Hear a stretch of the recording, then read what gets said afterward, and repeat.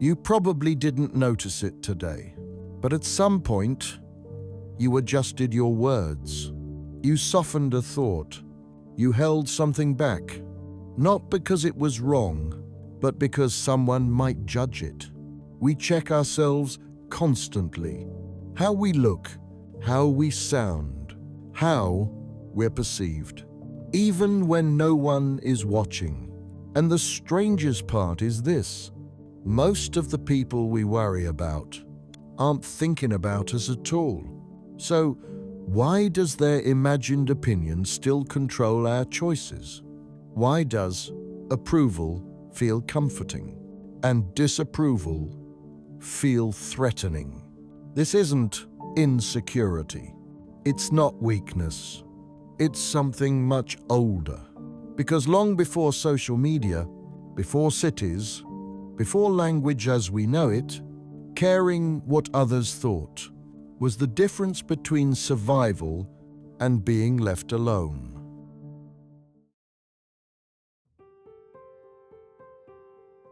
The human brain did not evolve in isolation. For most of our history, we lived in small groups, tribes, families, bands of strangers bound by necessity. And in those environments, being accepted wasn't optional. If the group rejected you, you didn't just lose status. You lost protection. You lost resources. You lost your future.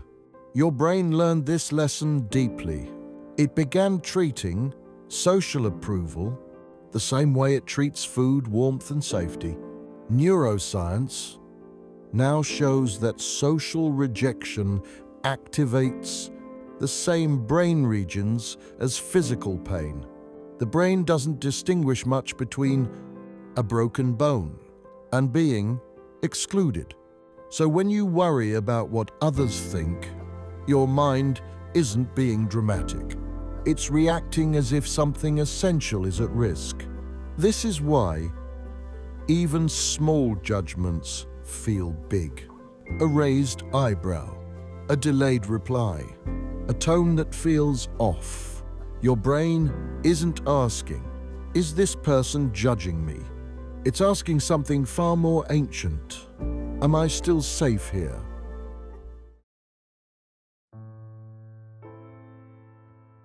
At some point in human history, we developed something remarkable, an internal mirror.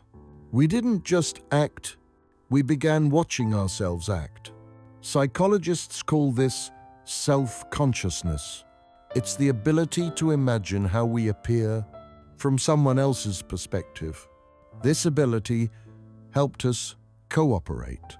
It helped us learn social rules. It helped us anticipate conflict before it happened. But it also came with a cost. Once you can see yourself through others' eyes, you can never fully stop. A second voice appears, quiet, persistent, always evaluating. How did that sound? Did that come across wrong? Should I have said something else? This voice is not your enemy. It's an internalized version of the group, a mental simulation of how others might respond. And your brain runs this simulation constantly to avoid social danger. The problem is not that this system exists. The problem is that in the modern world, it never turns off. For most of human history, you cared about the opinions of maybe 30 to 50 people. Your brain evolved for that scale. But today, your tribe includes co-workers, strangers, online audiences, imagined critics, people you've never met, people who don't even know you exist. Social media didn't create the need for approval. It expanded the audience. Your brain is still using ancient software to navigate an environment it was never designed for. So now, every post feels permanent. Every mistake feels public. Every silence feels meaningful. Your mind is overloaded with feedback it can't properly sort. And when the brain is overwhelmed, it does what it always does. It assumes the worst. That's why we replay conversations. That's why we over-explain. That's why we hesitate to speak. Not because we're fragile, but because our brains are trying to manage too many social signals at once. There's a psychological phenomenon called the spotlight effect. It describes our tendency to believe that others notice us far more than they actually do. In experiments, people dramatically overestimate how much others notice their mistakes, how memorable their behavior is, how harshly they're being judged. In reality, most people are too busy thinking about themselves to think about you. But your brain doesn't know that. From its perspective, being seen incorrectly is dangerous. So it keeps the spotlight on even when the stage is empty. This creates a quiet form of anxiety. Not panic, not fear, just a constant self-monitoring. A feeling that you're being evaluated even when you're alone. This is why caring what others think doesn't disappear with confidence. It's not about self-esteem, it's about attention. Over time, something subtle happens. We don't just care about approval, we begin shaping ourselves around it. We learn which parts of us are praised and which are ignored. So we adjust. We soften traits. We hide impulses. We amplify what works. Slowly, a gap forms between who we are and who we present. This isn't fake, it's adaptive.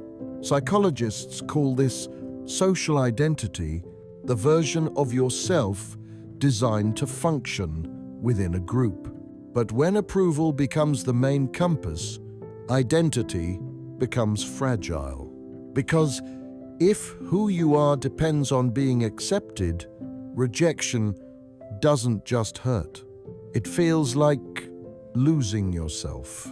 This is why criticism cuts deeper than it should. Why embarrassment lingers longer than logic allows. It's not the comment. It's the threat to the version of you that was built to belong.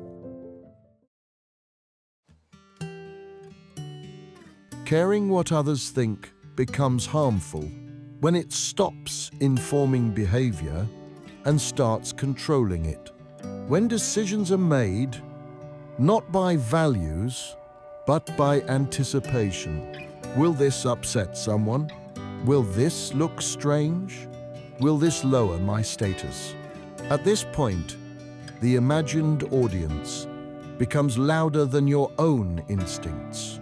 And, paradoxically, the more you try to please everyone, the less connected you feel, because connection requires authenticity, and authenticity involves risk. The brain wants safety, but meaning lives on the edge of discomfort. This is the tension at the heart of social life.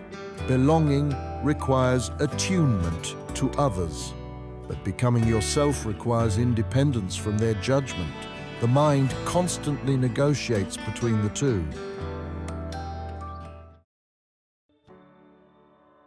The solution is not to stop caring what others think. That would be impossible and undesirable. Social awareness is what allows empathy, cooperation, and trust. The shift is more subtle. It's learning to separate information from identity, feedback from self-worth. Not every opinion is a verdict. Not every reaction is a truth. Some signals matter, others are noise. Mature social awareness isn't indifference, it's discernment, choosing whose opinions deserve weight and whose don't. This is not something the brain does automatically. It's something you practice.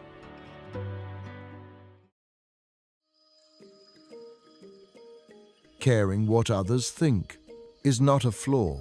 It's evidence that you're human. It means your brain is still wired for connection, still tuned to belonging, still shaped by millions of years of social survival.